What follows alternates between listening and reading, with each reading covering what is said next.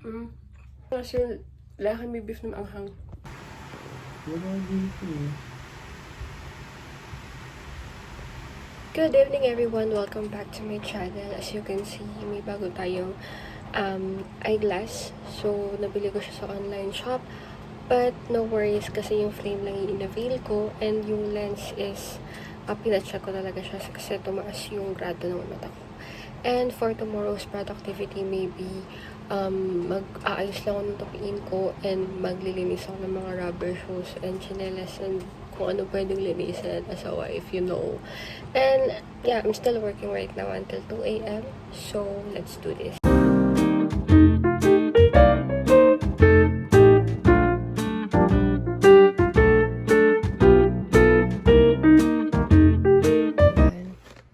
Tingnan ako ng husband ko ng Starbucks capsule.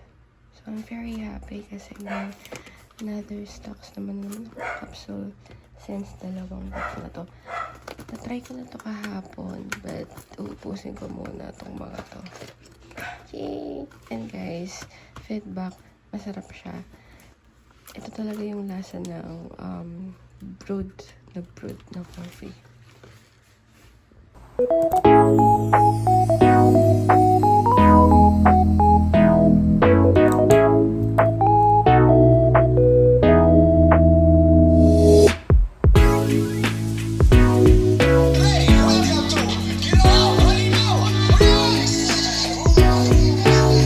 Another day and tapos na tayo mag-breakfast. So, ngayon, ayan ang first task natin. So, sobrang dami ko. Actually, lahat, napag-desisyonan kong lahat laban na para isang kilos na lang. So, let's go!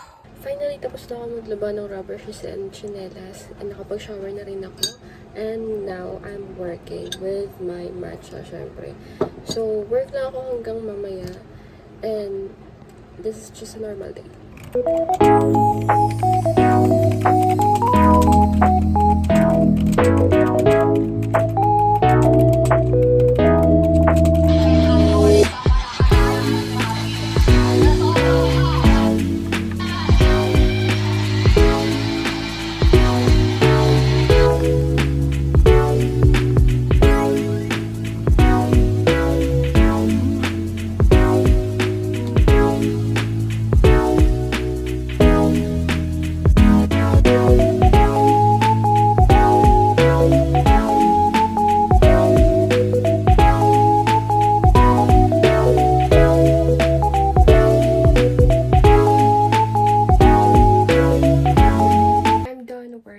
And nagutom ako, so naisipan kong magluto ng pancit canton, pero may mayonnaise.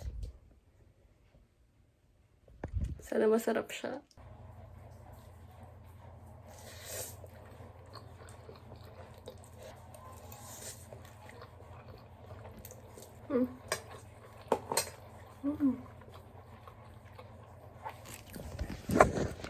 Masarap siya. Before kasi tinry ko, cheese whiz. Pero feeling ko mas okay yung mayonnaise, guys. Try nyo. Kanina pala inatakay ako ng anxiety. But buti na lang gising pa yung husband ko. But I'm fine naman na ngayon. Mas pinipili kong kumalma talaga as much as I can. And nagpa-pray lang talaga ako. But ngayon tulog na siya. Minsan sinasabayan niya ako ng gatong oras since 2 a.m. yung outcome. Nagugutom din siya, ganyan. But bukas kasi may appointment siya. So ako lang mag-isa ngayon. But after na itong ubusin, shower lang ako, then tulog na. Good night.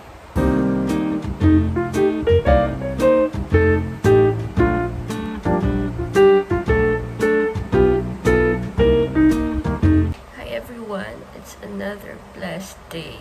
And tapos na ako mag-Bible reading devotion and mag-coffee. So, kakain na tayo ng breakfast. Ulam ko is ginisang ampalaya with egg and sayote soup ata ito yung iswa. So, I'm alone ngayon kasi yung husband ko is may appointment for medical. But, nag-text siya na pauwi na siya. But, nagugutom na ako. So, let's dig in.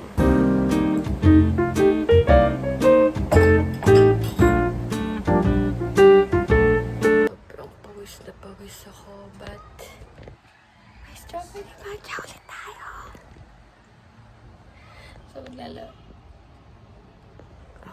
tutupi ako, pero at least may matcha ako. Really, ano ang naman mo doon? Heaven, sarap. Tulungan mo. Times 5 days.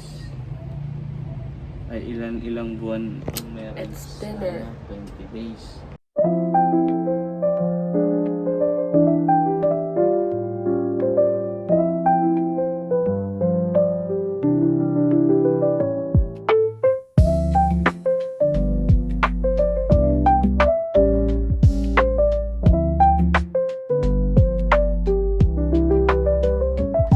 Good day, guys. It's another blessed, super blessed, very blessed day. Kahapon kasi, nag-chat yung D group leader ko if makaka-attend daw ako ng retreat sa church kasi yung isa kong ka-churchmate is hindi makaka-attend pero nabayaran na kasi yun. So, non-refundable siya. And guys, yung retreat na yon is ilang weeks ko nang pinagpe-pray. Actually, dapat dalawa kami ng husband ko. Talagang pinagpe-pray namin. Kasi, medyo expensive yung retreat.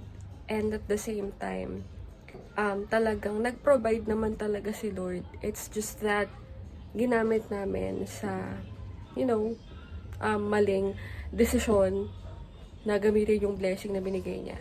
You know what I mean? Ganon. And I ask for forgiveness kay Lord at the same time. Second chance. And yet, binigay niya instantly, guys. As in. So, ayun nga, nag-chat yung D group leader ko na kung pwede ako nalang umattend para hindi masayang over her dun sa hindi makaka-attend na church ko. And, nagpe-pray pa rin ako kasi kailangan pa niyang mag-ask dun sa facilitator ng retreat if pwedeng ako yung pumalit or pwedeng magkaroon ng proxy.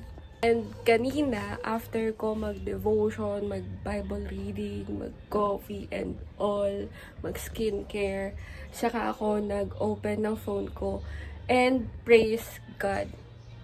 As in, bumayag yung Fassi and bukas, oh my gosh, makaka-attend ako ng retreat for the first time in my life na attend ako ng retreat and true life retreat siya, as in. Kaya talagang nag-pray ako ulit kanina for thanking Lord dahil pinakinggan niya yung prayers ko. At the same time, binigay niya ako ng second chance and most especially, binigyan niya ako ng forgiveness. Ayun naman yung maganda doon. But since 8 a.m. start bukas ng retreat and may work ako mamaya until 2 a.m. I decided to work half day lang para hindi ako mapuyat. Kasi kinalculate ko na talagang 2 hours, 3 hours lang magiging tulog ko. And hindi tayo pwedeng mapuyat sa retreat. Retreat siya, guys. So, yeah. Start ko na yung general cleaning. Kasi, di ba, usually nga, Friday ko siya ginagawa. But, magiging busy ako. 2 days kasi yung retreat. So, let's go. Simulan na natin ngayon. Ngayon na.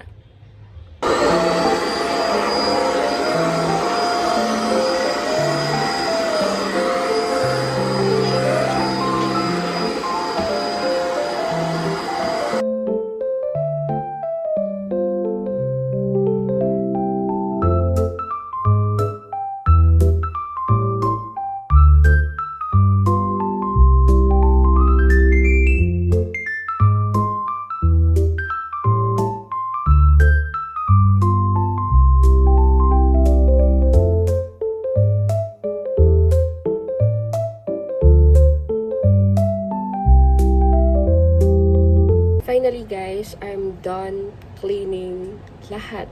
Talagang nireset ko yung bahay in just few hours bago ako mag-work. So, saktong-sakto naman yung tapos ko and nakapag-shower na rin ako. And guys, nakakita ako ng strawberry jam sa ref namin and nandun ko sa matcha. So, meron tayong strawberry matcha ngayon. Nakahapon, sobrang nag-crave din ako and I think paninindigan ko na to daily. Man natin.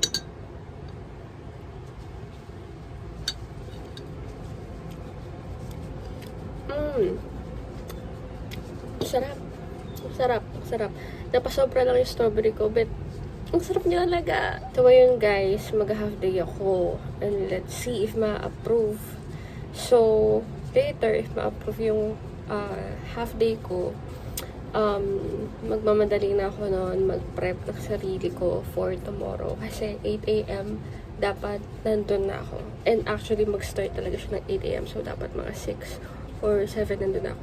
And since biglaan yung pag-invite sa akin, manually hahanapin ko pa kung saan talaga yung group ko, yung facilitator, and all. Kaya, kailangan talaga siguro mga 6 nandun na ako.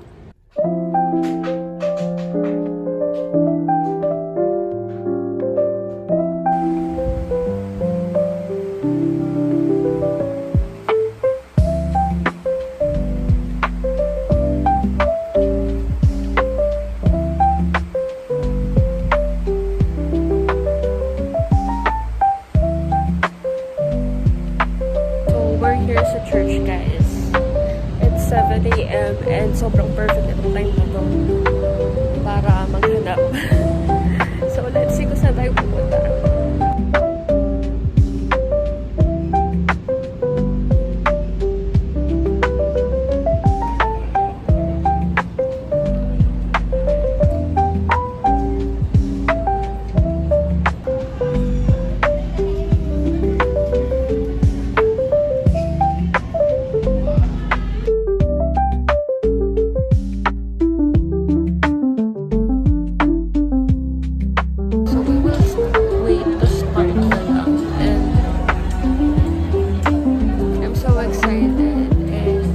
Na agad ako, hindi pa nag-start.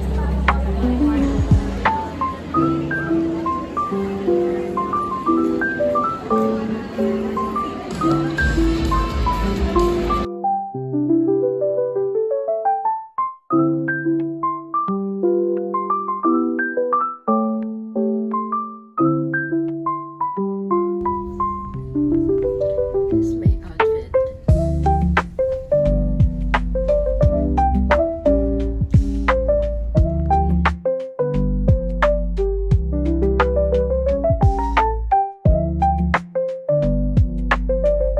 We would bring back spiritual power to our lives, we must begin to think of God more nearly as and look for the garbage. They said, yes, you can. So they told me where it was. I went down. Wala na. Look at verse 15. So he went and hired himself out to one of the citizens of that country, and he sent him into his fields to feed swine. Remember,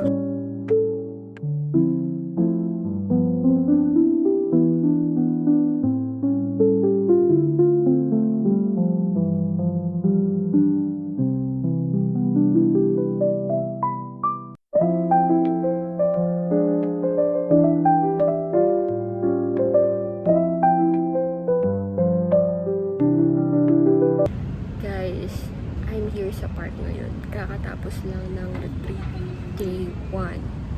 And very peaceful pa din. So, ito yung usually na tinatambayan namin ng husband ko together with our dogs, kids, ganyan. And I'm very blessed kasi sobrang fruitful ng day 1 ng retreat. Na-overwhelmed ako actually. Talagang ito yung right time na binigay sa akin ni Lord, masasabi ko, no? Pinapaiwan na niya talaga lahat ng mga sins, yung unforgiveness ko, yung mga sama ng loob ko, ganyan, and all. Talagang inanoint niya talaga ako. And yeah, I'm very excited for day 2 and last day ng retreat for tomorrow, no? Kung saan doon naganapin yung baptism. So, I'm just waiting here to my husband kasi nasa QC siya for his signing contract sa new job niya. And I'm thinking get some matcha somewhere. So, hindi ko pa alam. So, we'll try. Yung nakita ko guys na milk tea shop na hindi ko pa nag-try. I ordered milk tea panda something. So, let's see.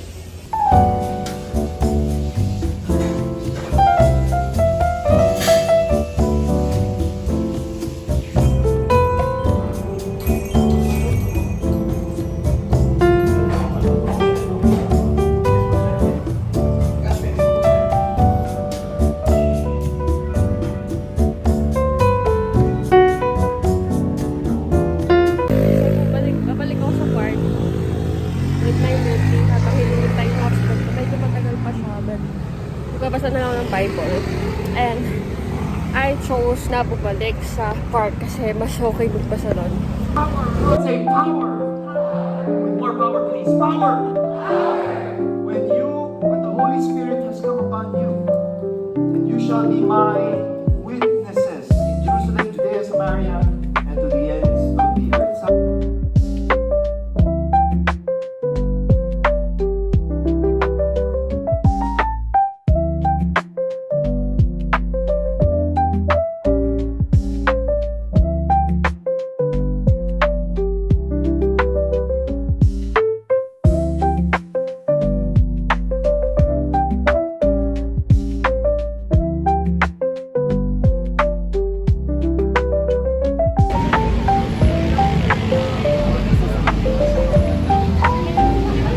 Hi everyone! We're back! And we are refreshed. Praise God, nabaptize na ako. Sobrang na-cleanse ako. And most especially yung faith ko. Nakaka-bless kasi grabe mag-plan talaga si Lord sa lahat ng mga ginagawa natin. And kanina kasi, since biglaan nga yung baptism ko, na supposedly dapat next year pa, together with my husband. And, grabe, biglaan na ako is hindi na mabaptize, no? And, ang nagbaptize pa sa akin is yung mismong D group leader ko. And nagkagulatan pa kami, guys. That time. As in. So, yeah, sobrang saya ko. Sobrang saya, sobrang cleanse. It's a new journey, it's a new life, and it's a new battle. And my spirituality, diba? And guys, I just want to share yung isa sa mga mommy na ka-group ko kanina. Binigyan ako ng advanced Christmas gift with Myra. This is not sponsored, guys, by the way. Sobrang nakaka-bless. So, sobrang saktong-sakto to sa akin dahil nagmo-moisturizer and toner lang naman ako ngayon. And, tada! Meron tayong facial moisturizer. Meron din siyang lotion. And, meron din siyang facial wash to, I think. Yeah, facial wash. O, diba? Sobrang pinagpe-pray ko na Lord, bigyan mo ko ng skincare. Ano ba talagang perfect brand for me? Or kahit anong brand, basta itatry ko. Kasi gusto ko nang mamahinga yung face ko dahil sobrang medyo na-stress lately. And think at binigyan niya tayo. And I got my baptism certificate. Praise God! Diba? And nakakapanibago kasi hindi na Reyes yung surname ko. Alvarez na. But at the same time, nandito pa rin siya sa gitna. So, medyo naninibago lang ako, guys. Wala pa naman kasi 1 year kami kinasal. So, masasanay din ako. So, yun lang for tonight. Medyo napagod ako talaga. 2-day retreat siya. Grabe, ang dami kong na-absorb. And sobrang blessed to have that kind of community talaga, guys. And, ayun, looking forward ako sa battle na tatahakin ko as Christian and sa discipleship at the same time. So, tomorrow, so it's already 8 p.m. and gusto ko nang mahiga, but ang dami ko pang gagawin na sa wife, you know. Bukas is my fellowship, ang aming couple D group, and service na rin. So, we decided ng husband ko na agahan yung service para after ng D group namin, so uwi na kami kasi medyo madidrain na talaga kami. So, you know, try lang namin baguhin yung schedule. Let's try lang naman. So, yun lang. Good night, guys. 60.